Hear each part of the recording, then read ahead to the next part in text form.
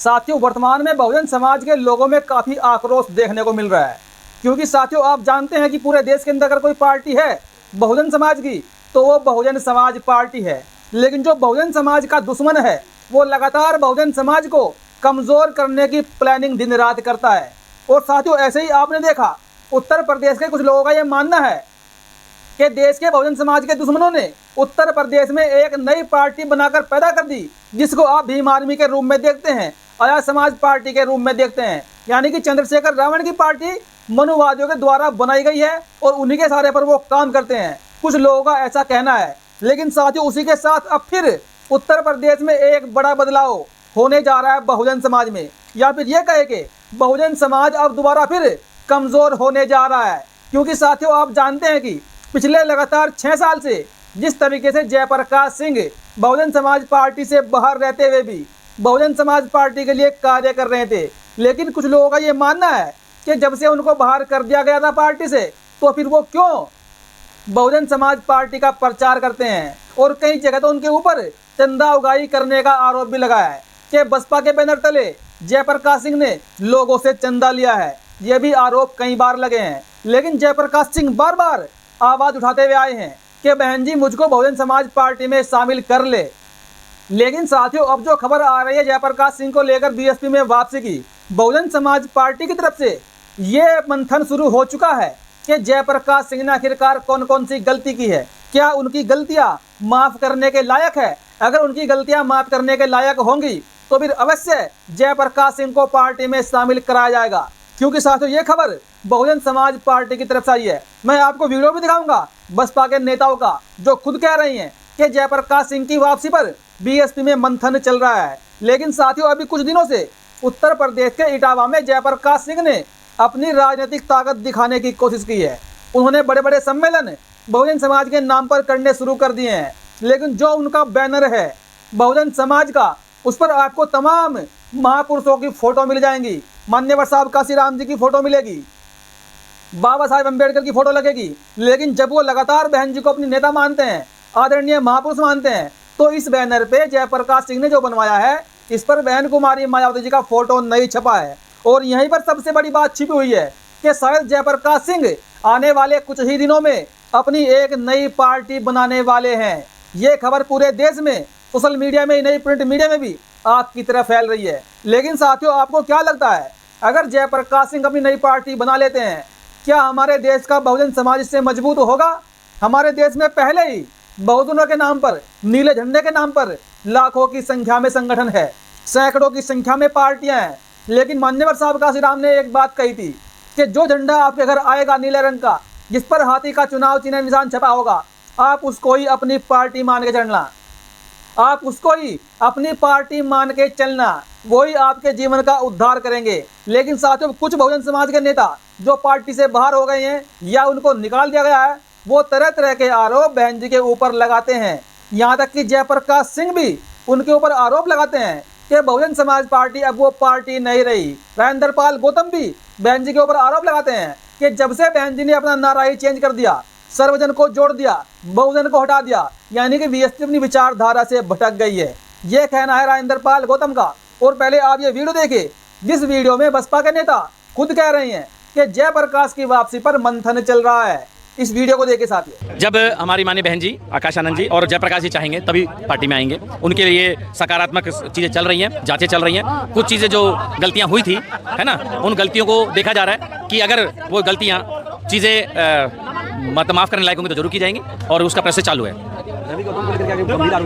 देखिए अब आरोप तो कोई भी लगा सकता है चीज़ों को, लेकिन क्या होता है कि कोऑर्डिनेटर और जो लोग टिकट वितरण प्रणालियों में होते हैं वो निश्चित रूप से बिना विवाद नहीं रह पाते हैं। एक जटिल प्रणाली होती है टिकट के लेके, तो जो समीकरण जब देखे जाते हैं तो जिसको टिकट नहीं मिलता वो 99% बदनाम करता है कि पैसा मांगा या मुझे ये किया या वो किया। हाँ, ये मानते हैं कि आरोपों का जाँच की जाए और इस बात के लिए यहाँ पर एक मतलब प्रोसेस चालू है कि भाई उन जो आरोप हैं उनको किस तरह से उन्होंने सच है या झूठ है उनका चीज़ों को देखा जा रहा है। लेकिन आपने बहुजन समाज पार्टी के नेताओं का वीडियो देखा, वो साफ साफ कह रहे हैं कि बहुजन समाज पार्टी में बड़े स्तर पर जयप्रकाश सिंह की वापसी को लेकर बातचीत चल रही है, उसका प्रयास जारी है, उस पर मंथन हो रहा है। लेकिन साथियों यहाँ पर कुछ लोगों का यह कहना है कि अब जयप्रकाश सिंह ने अपना नया रास्ता बना लिया है, जयप्रकाश सिंह की इच्छा थी कि वो पार्टी के बड़े पद पर रहे, राष्ट्रीय कोऑर्डिनेटर बने या पार्टी के राष्ट्रीय उपाध्यक्ष बने, लेकिन उस पद पर तो, राष्ट्रीय कोऑर्डिनेटर के पद पर तो आकाश आनंद आ चुके हैं।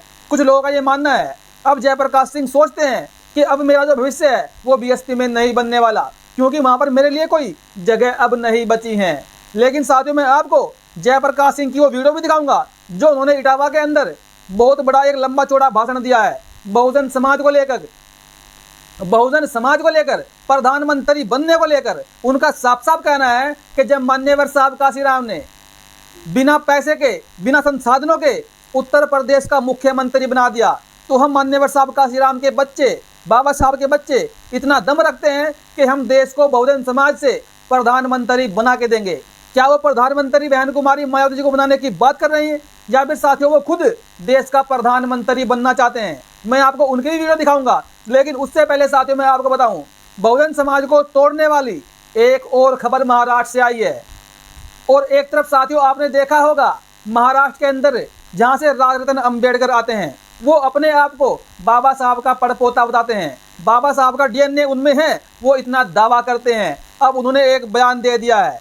उन्होंने क्या कुछ कहा कि जिस तरह 2024 के लोकसभा के चुनाव में, अभी वर्तमान में हरियाणा के चुनाव में बहुजन समाज की पार्टियों को निराशा हाथ लगी है, उनको कुछ नहीं मिला है, तो राजरत्न अंबेडकर ने यह कहा कि मैं भी अपनी एक नई पार्टी चलाऊंगा जिसका नाम है आरपीआई, जो मुख्य रूप से बाबा साहब ने बनाई थी आरपीआई। वर्तमान में साथियों आरपीआई वो वाली नहीं रही, एक आरपीआई है रामदास अठावले के पास, लेकिन राजरत्न का ये कहना है कि मैं बाबा साहब वाली पार्टी को चलाऊंगा। तो साथियों ऐसे में अब आप ये सोचिए, अगर जगह जगह जिले जिले में बहुजन समाज की एक पार्टी बन जाएगी, क्या बहुजन समाज कभी भी देश की सत्ता पर बैठ पाएगा?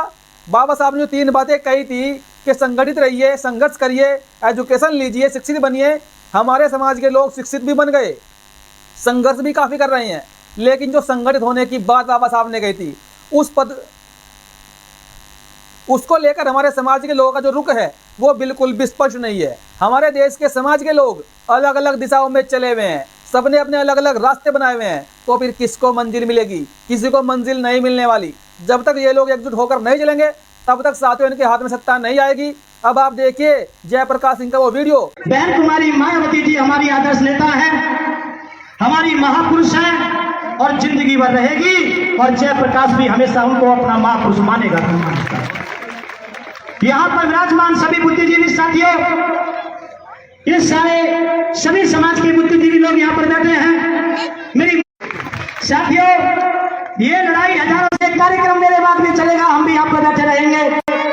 ये जो साथी हमसे अपनी बात रख रहे हैं, ये वो लोग हैं जिन्होंने साहब काशीराम जी का साथ दे करके आपके उत्तर प्रदेश में 4 बार बहन कुमारी मायावती को उत्तर प्रदेश का मुख्यमंत्री किया। ये वो लोग हैं किशोर कुमार पगला जी, इनकी उम्र काफी हो चुकी है, इन्होंने अपनी पीढ़ी को तैयार किया, जिसमें मंजीत मेहरा, टंडन साहब और हमारे विशाल गाजीपुरी जैसे लोग हैं। हमने ये वचन दिया है अपने आने वाली पीढ़ी के लिए, पीछे वाली पीढ़ी से सीख करके हम ये नौजवान पीढ़ी अपनी पहली वाली पीढ़ी को ये वचन देते हैं, अगर और मेरे समाज के बुजुर्ग लोगों, अगर आप लोगों ने मान्यवर साहब काशीराम जी का साथ दे करके हमको सीएम बना के दिया, तो ये नौजवान तुमको वचन देते हैं इस देश का प्रधानमंत्री बना के ये नौजवान साथी आप लोग को देंगे। हम पढ़ लिख करके निकले हैं, जैसा कि बलवीर चंद्र जी ने बताया, जब साहब काशीराम जी का परिनिर्वाण हुआ था, मैं वहीं निगम बौद्ध घाट में था। रात को भी हम वहां पर पहुंचे, साहब एक शीशे में बंद थे, सभी लोग आते थे, फूल चढ़ा के जाते थे, बहन जी वहीं पर खड़ी हुई थी। अगले दिन जब साहब काशीराम जी का चंदन की लकड़ी में अंतिम संस्कार किया गया, तो बहन मायावती जी ने कहा कि साहब काशीराम की अस्थि को कोई चुरा के ना ले जाए, उनकी रात को कोई चुरा के ना ले जाए। दिल्ली की टीम को आदेश बहन कुमारी मायावती जी ने दिया था और दिल्ली की टीम ने मुझको आदेश दिया था, तो मैं उसी स्थान पर खड़ा बैठा हुआ था, मुझसे लोग उनकी साहब काशीराम की अस्थियों की और रात को मुझसे मांग रहे। इतना भी काम कर देता है।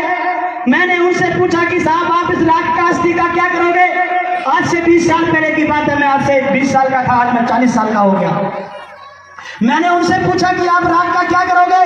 तो उन्होंने कहा कि शीशे में हम इसको जड़ के रखेंगे, शीशे में सजा करके रखेंगे, कोई कोई बाहर से कोई आदमी आएगा तो उसको बताएंगे कि कांशीराम की अस्थि मेरे घर में रखी हुई है। मैंने कहा जयप्रकाश, अगर मैं थोड़ी सी निगाह पीछे कर लूं तो यहाँ पे कांशीराम की राख नहीं मिलेगी।